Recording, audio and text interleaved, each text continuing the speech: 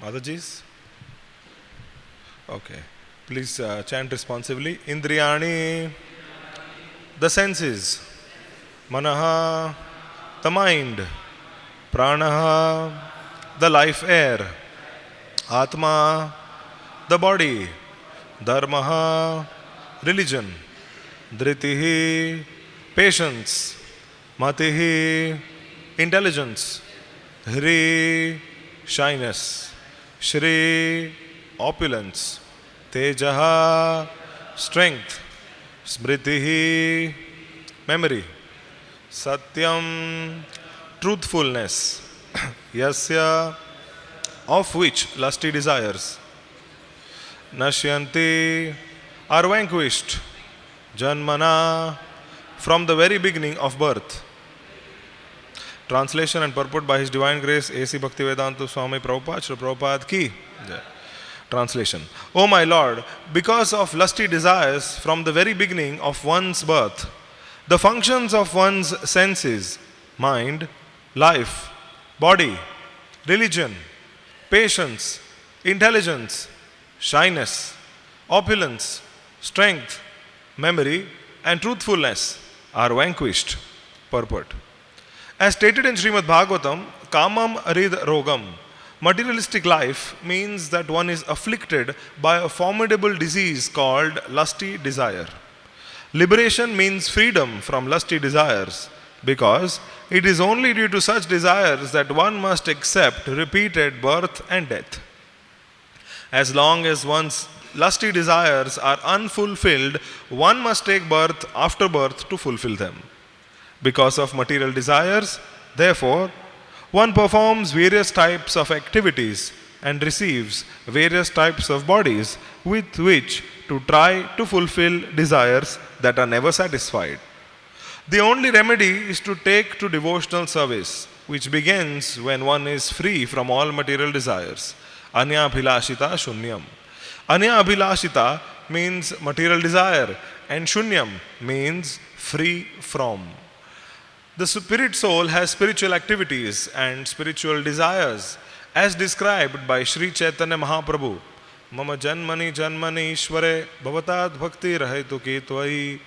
Unalloyed devotion to the service of the Lord is the only spiritual desire.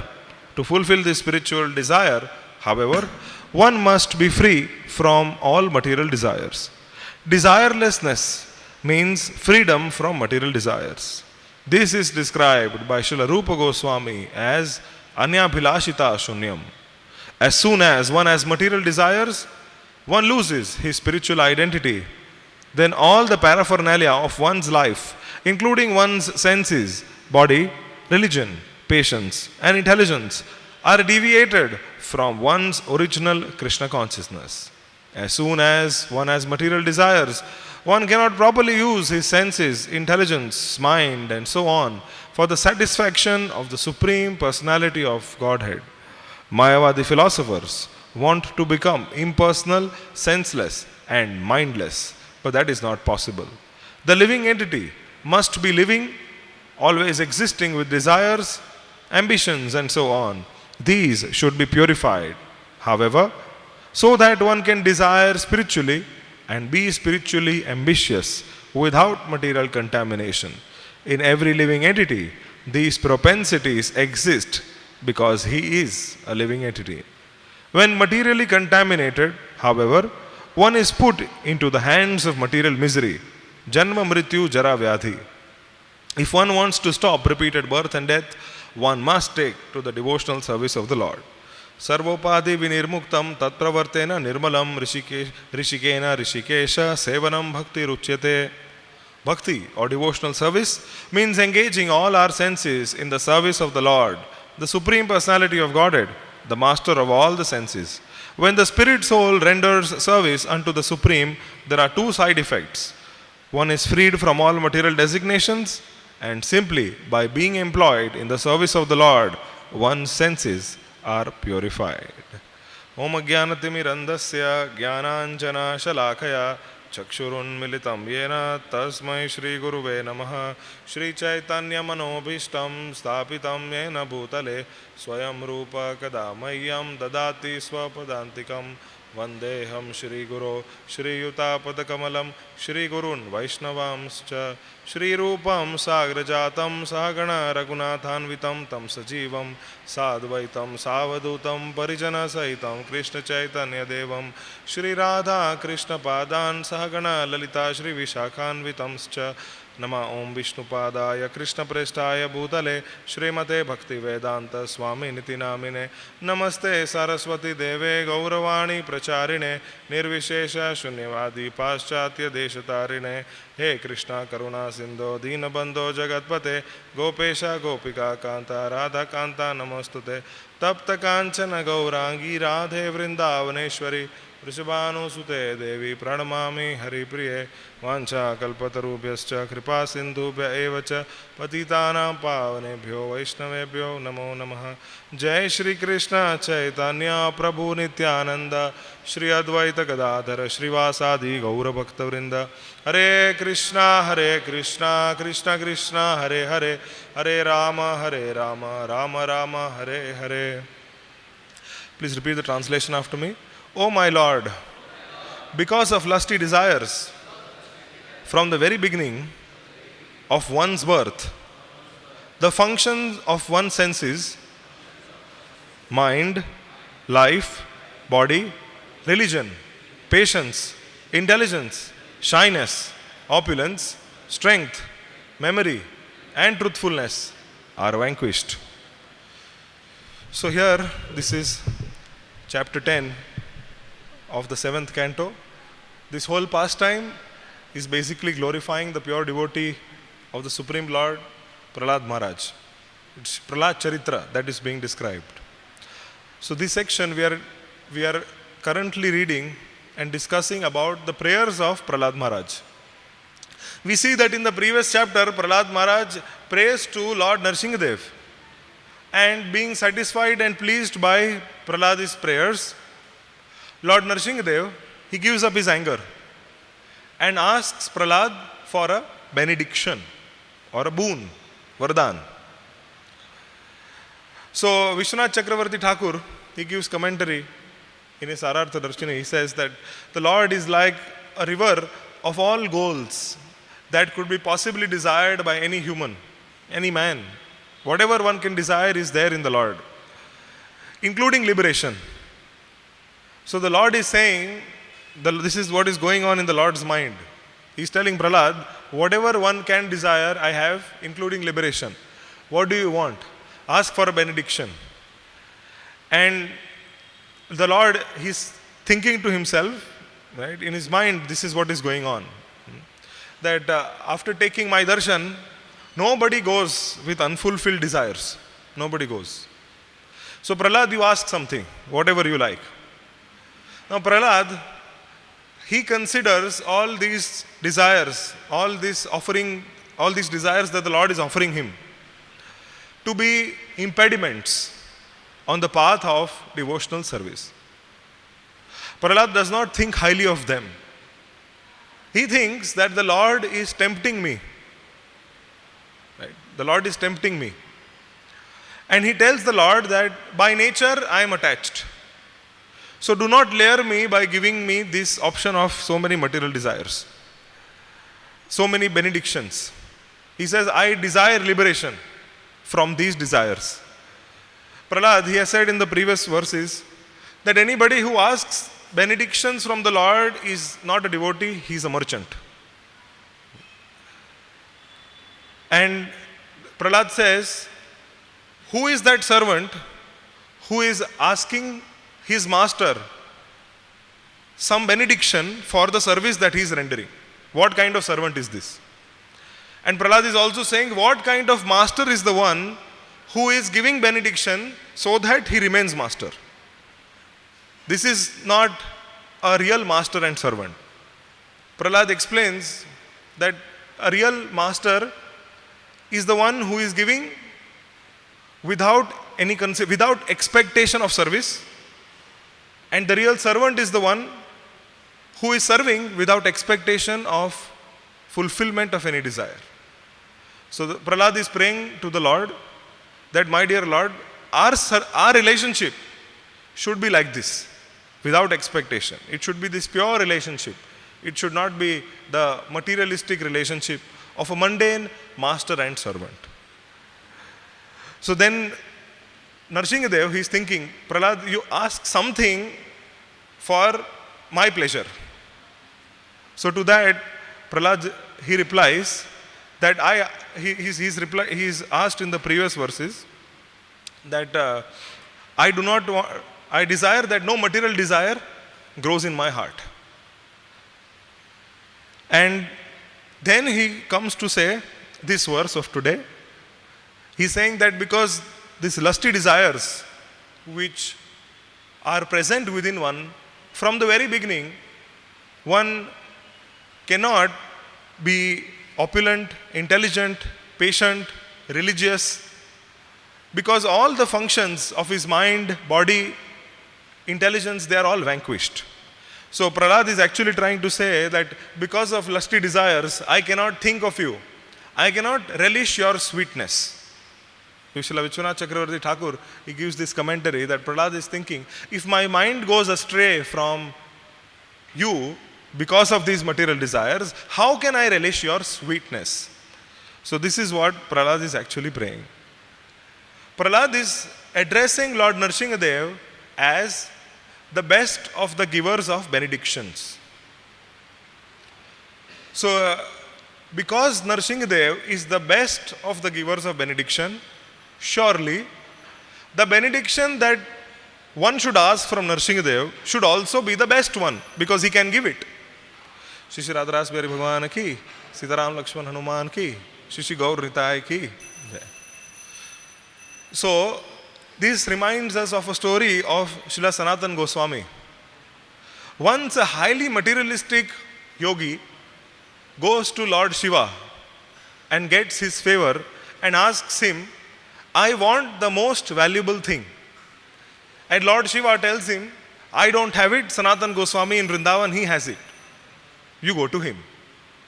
So this bogus yogi, highly materialistic, he goes to Sanatana Goswami in Vrindavan. And what does he see? He sees that Sanatana Goswami is living like a mendicant. Right? In the Shad Goswami Ashtakam, the description is given. Tyaktva todam ashesha mandalapati shrenim sadatu chavad bhudvadina ganesha kaukarunaya kopina kantha shrito. So he's living like a mendicant. He has only a loin cloth and a patched quilt. That's all Sanatana Goswami has. So when this yogi goes to Sanatana Goswami and he sees him, he's thinking, what does he possess? Anyways, Lord Shiva has said, let me ask. So he asks Sanatana Goswami that, give me the most valuable thing. So Sanatana Goswami says, it is in the garbage outside. So then this yogi, he goes to the garbage. And there he sees the Chintamani or the touchstone. Whatever it touches, it turns into gold. So this bogus yogi becomes very happy because he gets the fulfillment of his desire. But then he thinks, there is something wrong here. If this is the most valuable thing, then what is it doing in his garbage?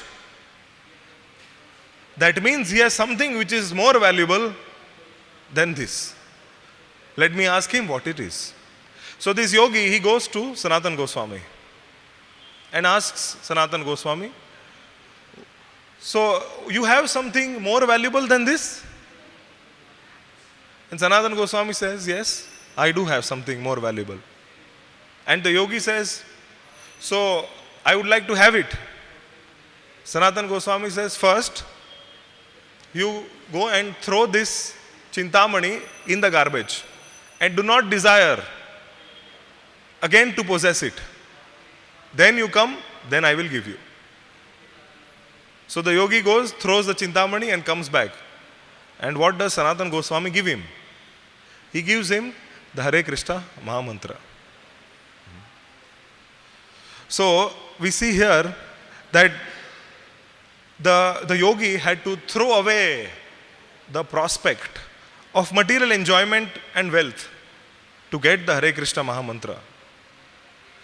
In a similar fashion, we also have to throw away all the prospects of material desires. This is what even Prahlad Maharaj is praying here. He is actually teaching us how we should pray. And in this particular verse, he is giving us the context of lusty desires, which in their expansion make us or force us to desire for things other than pure devotion to the Supreme Lord. In the Bhagavad Gita, Lord Krishna, he gives different analogies to describe and explain lust and how it covers us. Just like fire is covered by smoke, the mirror is covered by dust, the embryo is covered by the womb. In a similar fashion, lust covers the soul to different degrees. Generally, a person thinks, because he is so overwhelmed by this lusty feeling, he thinks by giving into lust, I will become peaceful. Because this lust is like a fire. A person feels as if, except for giving into temptation, there is no other way. But, as Lord Krishna explains in the Gita again, he says, pouring fuel into the fire is what we do when we give in to material desire. Just like a fire can never be extinguished by putting fuel into it, similarly, lust can never be extinguished by actually acting upon the lusty desires. Even in a life of a sadhaka or a transcendentalist, there are innumerable examples of how yogis and saintly people have been deviated by this supreme force of lust. Vishwamitra's falling down because of hearing Menaka's ankle bells is a classic example. In fact, in context to this, Lord Krishna also says, Yatato hi api kaunteya purushasya vipaschitaha indriyani pramathini haranti prasabham mana, that the senses are so strong and impetuous that they forcibly carry away the mind of a man of discrimination who is trying to control them. So, we are people we come under this category of those who are trying to control their senses. But the lust which is seated and deeply rooted within the mind, within the intelligence, is very difficult to overcome. So we see that it can be categorized that lust affects a sadhaka with respect to this analogy in this way. It is like our mind is like a lake, and just like sometimes below the lake there is some fermentation or there is some activity going on, because of which bubbles may arise on the surface of the lake, and it may disturb the calm surface. And also, if you throw a stone in the lake, so immediately ripples are created and the surface of the lake is disturbed. Similarly, lust also disturbs a sadhaka because of his previous association, lifetimes and lifetimes of giving into lust. And even before taking Krishna consciousness, the desires, they come up again. They are like the bubbles which are coming from below. And sometimes Maya throws an external object right in front, and it is compared to the stone being thrown in the lake. The stone being thrown in the lake. So ripples are created. So there is disturbance in the mind. In this way, lust distracts us internally and externally. Srila Prabhupada, he gives the example of a dog who has got rabies. We find in the Western countries, people have a lot of attraction to keeping dogs as pets. So they give a lot of love and affection to dogs. So Srila Prabhupada, he gives this example of dog getting rabies. So if a dog has rabies and he's your pet dog, so the doctor will say, keep him away. Because if he comes near you, so what happens? You will be affected. You will contract the disease. So although the dog is trained and he is habituated to always coming close to the master, But because now the dog is diseased, it has to be kept away. So the master has to ensure that the dog who has got rabies is kept away from him. The dog will keep coming, but the master has to somehow or other see that he maintains distance from the dog. So this dog is lust, and the doctor is the spiritual master. Before coming to Krishna consciousness, we have nicely petted this dog. For so many lifetimes, we have fondled this dog of lust. And devotees have told us, jnana, vijnana, nashanam. This lust, it destroys our intelligence. So we have to beat this dog with a stick, which amounts to resisting the temptations which Maya throws upon us. So, when Maya attacks, there are three kinds of responses for three different kinds of people to lust. A materialistic person, when the attack of lust happens, he says, welcome. For a person who is a pure devotee, when lust attacks, he says, go away. For a sadhaka, practicing sadhaka, he has to say, wait. When lust attacks, he says, wait. And he should think, why should I indulge in it?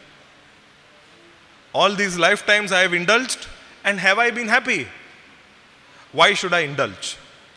The example which is given is like an itch. Just like we scratch whenever there is an itch. And the scratching sensation feels very nice temporarily. But you go on scratching, and what happens? It bleeds, it burns. Then we have a tendency to rub our fingers near that area, because actually we cannot scratch, because the area it's actually got burnt by scratching continuously. So the more we engage in it, the more we remain agitated. As Srila Prabhupada says, that by giving into lust, it aggravates the symptoms and prolongs the duration. So already we have so much lust in our heart. Now if we engage in it, our mind gets more agitated. And as Prahlad Maharaj says, it destroys one's intelligence. It destroys religion, it destroys truth, it destroys one's mind and senses. It is something like miserable enjoyment.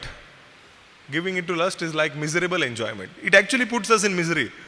But because there is a feeling of enjoyment, one thinks, wow, this is so nice.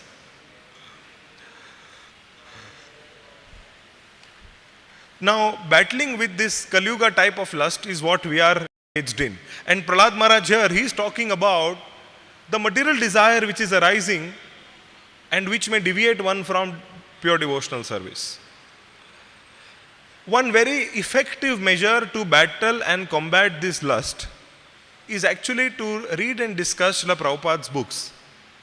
We find that in our society, as practicing sadhakas, that there is an observed shortage of devotees really engaging in collectively studying, analyzing scientifically Srila Prabhupada's books. And when this is lacking, we see that it is manifested in the terms of lack of proper consciousness even while performing devotional service.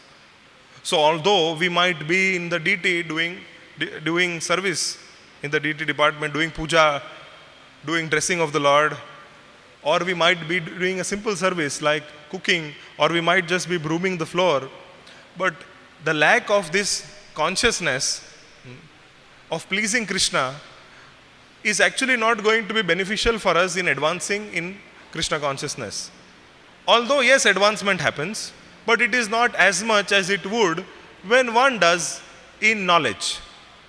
Therefore, it is mandatory to cultivate a proper consciousness by way of strong sadhana, especially that of reading and analyzing Srila Prabhupada's books. So that really helps us in combating this deadly disease. because it purifies the heart of lust.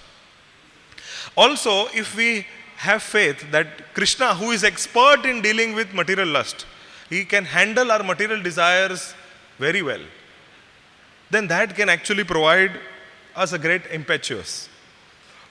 Just like Krishna, he handles the case of Kubja.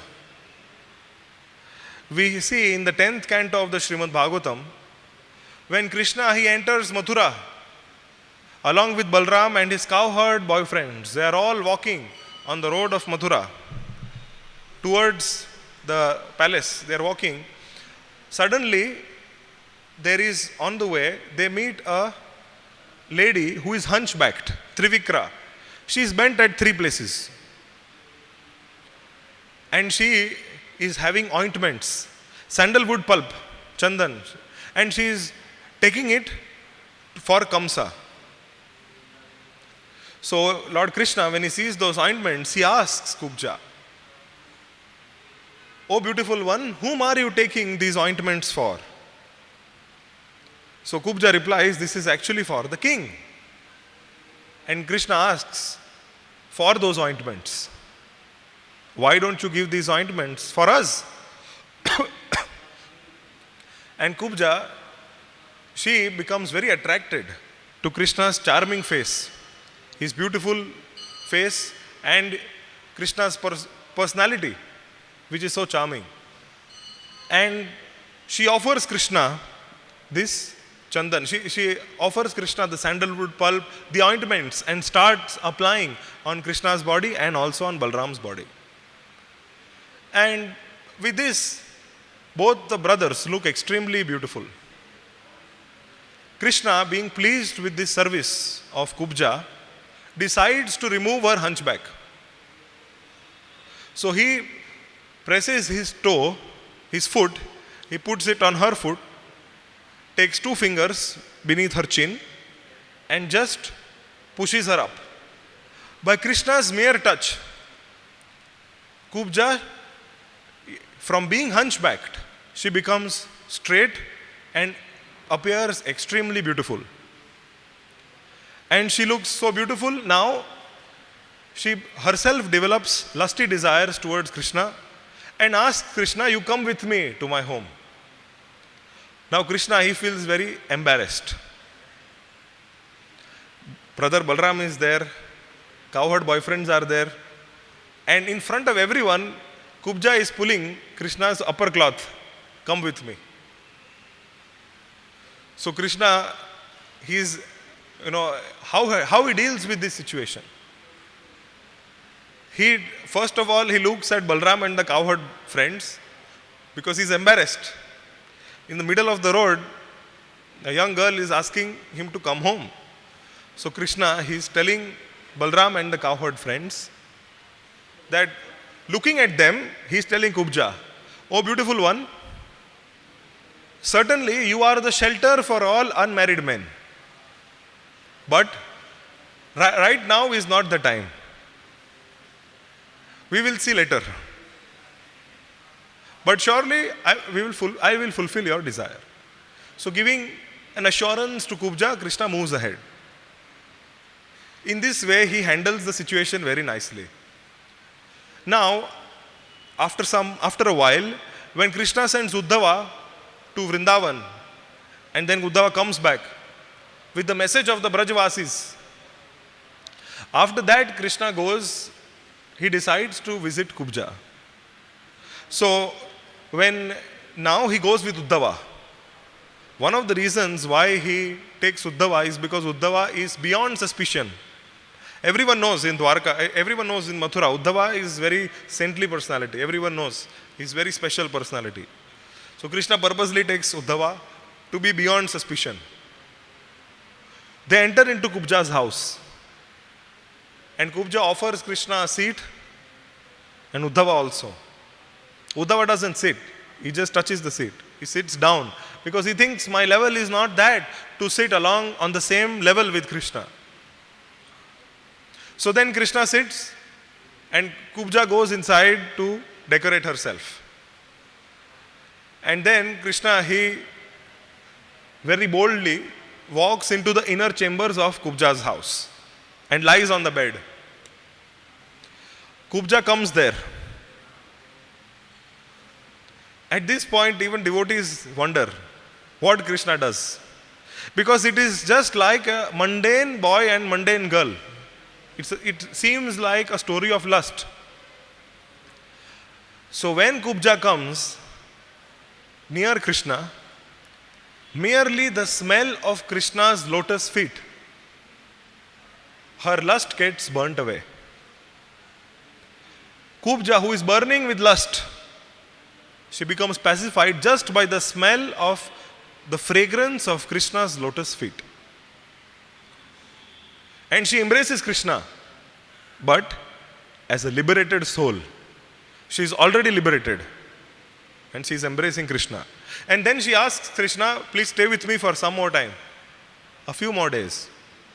And Krishna says, later. In this way, he expertly removes Kubja's material lust and transforms it into spiritual love. So this is how Krishna works.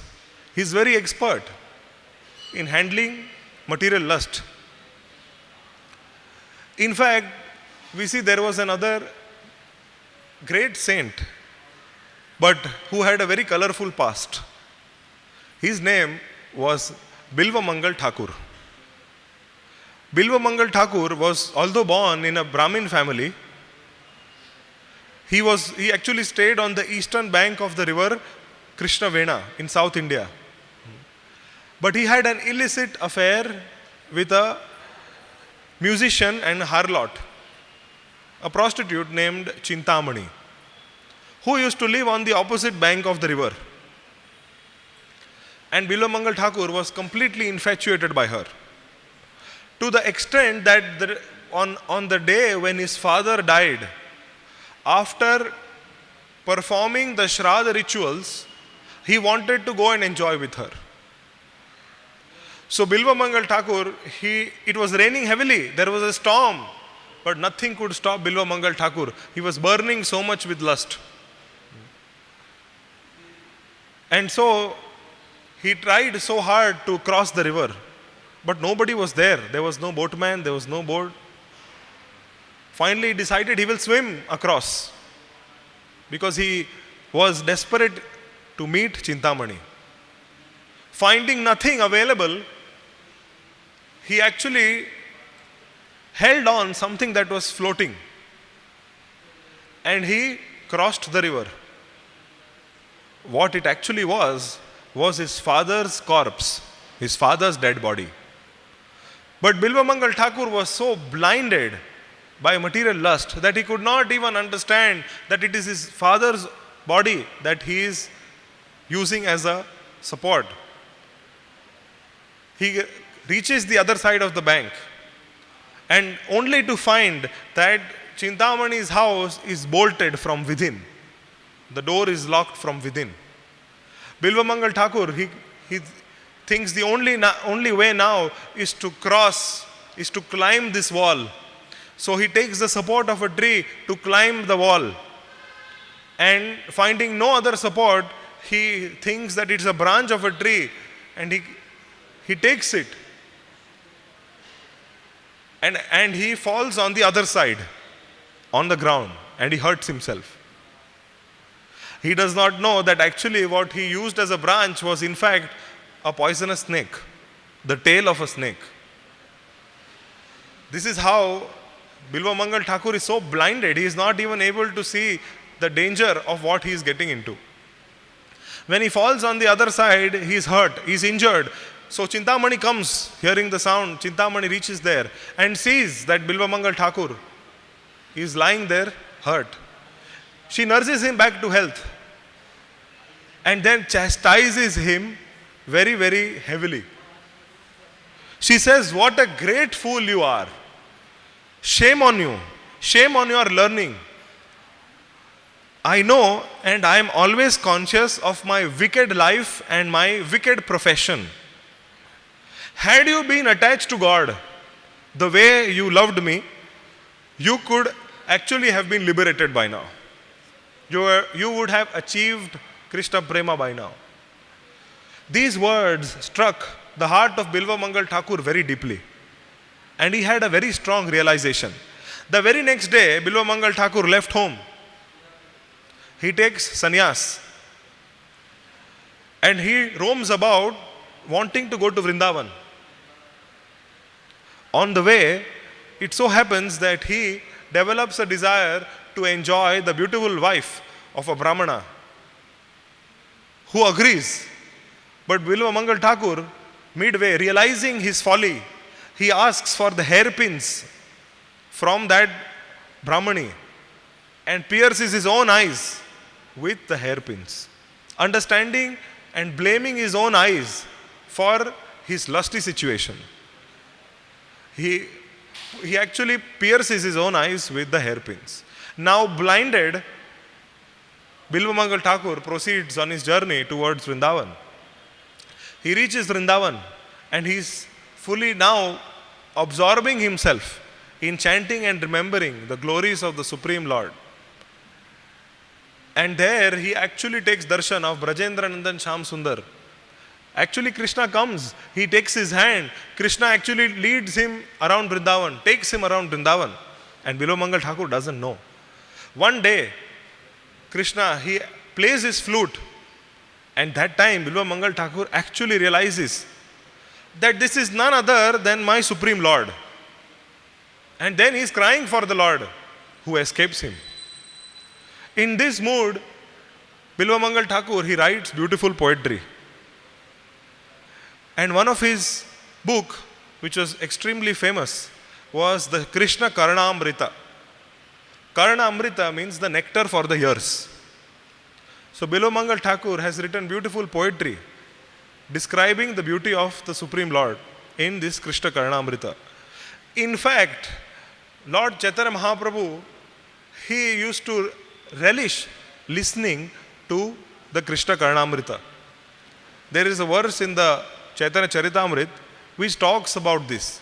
Karnamrita Vidyapati Shri Gita Govinda Ihara Shloka Gite Prabhura Karaya Ananda.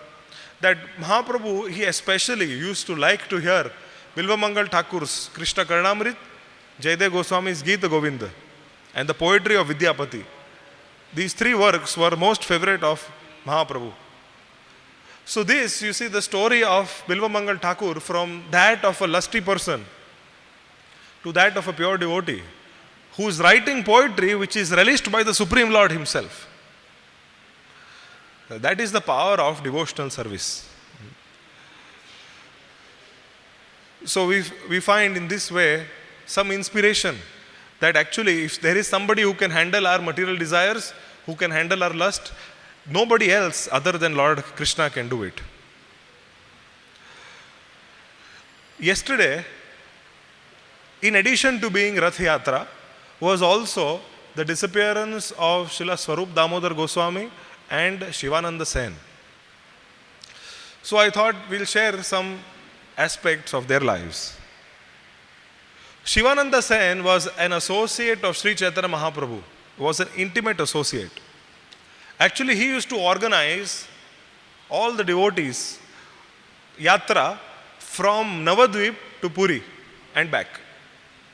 He used to arrange all the prasadam, the staying facility, all the management used to be done by Shivananda Sen. And he knew all the paths to Orissa. He knew. One day, it so happened that Shivananda Sen, he stayed behind at the ghat to pay the tax and sent all the other devotees ahead. The devotees reached the next spot, but they were hungry because prasadam had not arrived. Seeing this improper management, Nityananda Prabhu got very, very angry at Shivananda Sen. He said, "Where is this rascal Shivananda? Where has he gone? I curse him that he will die and his sons will also die." Nityananda Prabhu is cursing Shivananda in this way. And Shivananda's wife became afraid. She goes to Shivananda Sen saying, "Nityananda Prabhu is very angry. Where is prasadam? You are late and prasadam has not arrived. All the devotees are hungry. They are waiting." Shivananda Sen says, don't worry, everything will be okay. He goes to Nityananda Prabhu, and Nityananda Prabhu severely chastises him. He says, you rascal, all the devotees are waiting. They have not taken prasadam. What are you doing? And he kicks him. Nityananda Prabhu, he kicks Shivananda Sen. And Shivananda Sen, he is actually showing us how we should take Nityananda Prabhu's kick. He says, today, because you have accepted me as your servant, and you have punished me fittingly, according to my offense, you have actually given me great mercy. He is saying that the dust of your lotus feet is very difficult to obtain for Lord Brahma also. But I have been so fortunate that a low wretch like me has got the opportunity to take these feet on my body. Today my birth and the heritage of my forefathers has become successful. I have received devotion to Krishna today. And I have risen above dharma, artha, kama and moksha by getting Nityananda Prabhu's kick. So this is Shivananda Sen. In fact, he had so much compassion that even a stray dog used to join in the parikrama party while going from Navadvip to Puri. He used to take the dog also. Once, one such dog, he went missing. So Shivananda Sen sent 200 devotees to search for that dog. And when finally he saw the dog near Mahaprabhu when they reached, and he saw the dog taking Mahaprabhu's remnants. And then after a while, Shivananda did not see the dog, and he understood that the dog got liberation. He took Mahaprabhu's mercy, he got liberation. So such was the character of Shivananda Sen. Also was the disappearance day of Sri Swarup Damodar Goswami. Srila Swarup Damodar Goswami was the secretary of Sriman Mahaprabhu. He was his eternal associate of Mahaprabhu, and when Mahaprabhu exhibited his pastime of taking sannyas, Swarup Damodar, he became a madman. He also went to Varanasi and took sannyas. And his sannyas guru was named Chaitanya Anand. And his guru told him, now you have taken sannyas, you should study Vedanta. And Swarup Damodar, he just gave up his shikha and Brahmin thread while taking sannyas. But he did not take sannyas clothes. And he retained his brahmachari name, which was Swarup.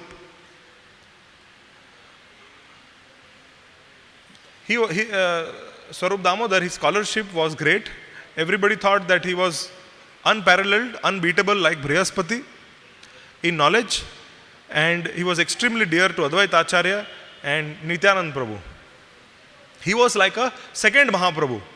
Anybody wanting to approach Chaitanya Mahaprabhu used to, first they had to go through Swarup Damodar. Anybody wants to discuss a philosophical point with Chaitanya Mahaprabhu, first it is Swarup Damodar who used to approve of it. Anybody who wants to recite their composition in front of Mahaprabhu, first Swarup Damodar used to check that. Only after he passes it, then it was allowed to go ahead. When Swarup Damodar actually met Mahaprabhu in Puri, it was after a long time. There was a long gap. Mahaprabhu told him that I saw in a dream that you had come today morning. So just like a blind man finds unlimited happiness in getting eyesight, similarly I am feeling by getting your association. And Swarup Damodar, he says that please forgive me because I made a big mistake by leaving you and running away to Varanasi. I do not have even a little attachment to your lotus feet. And I have become a great sinner by going to a distant country. I gave up your association, but you did not give me up. Binding the rope of mercy around my neck, you again brought me to your lotus feet. Hearing these words that Swarup Damodar spoke in such humility, Mahaprabhu embraced him. And he said, Krishna is very kind. He has mercifully brought us together again. Mahaprabhu kept Swarup Damodar very close to him. When Mahaprabhu became immersed in a particular emotion, Swarup Damodar used to sing kirtan in that mood. He used to chant. He would perform a kirtan in that particular mood. And in that period in Puri, even Ramananda Rai, he arrived. And both of them singing different songs and reciting various poetic verses. They would enhance the ecstatic mood of Shriman Mahaprabhu. During the day, he would engage in pastime of Sankirtan with his devotees, and in the night, he would taste the mellows of ecstatic love of Sri Sri Radha Krishna in the company of Swarup Damodar and Ramanand Rai. Just like Lalita and Vishakha were very intimate with Krishna and Srimati Radharani, they were especially with Srimati Radharani, Ramanand Rai and Swarup Damodar, who were none other than Vishakha and Lalita Sakhi, they were very intimate with Shriman Mahaprabhu. Later on, Mahaprabhu instructs Swarup Damodar to take care of Raghunath Das Goswami. So this was about a few glimpses of the life of Srila Swarup Damodar and also of Shivananda Sen. So we end here. Any questions or comments? Granth Raj Srimad Bhagavatam ki, Srila Prabhupada ki, Nitai Gaur Premanande.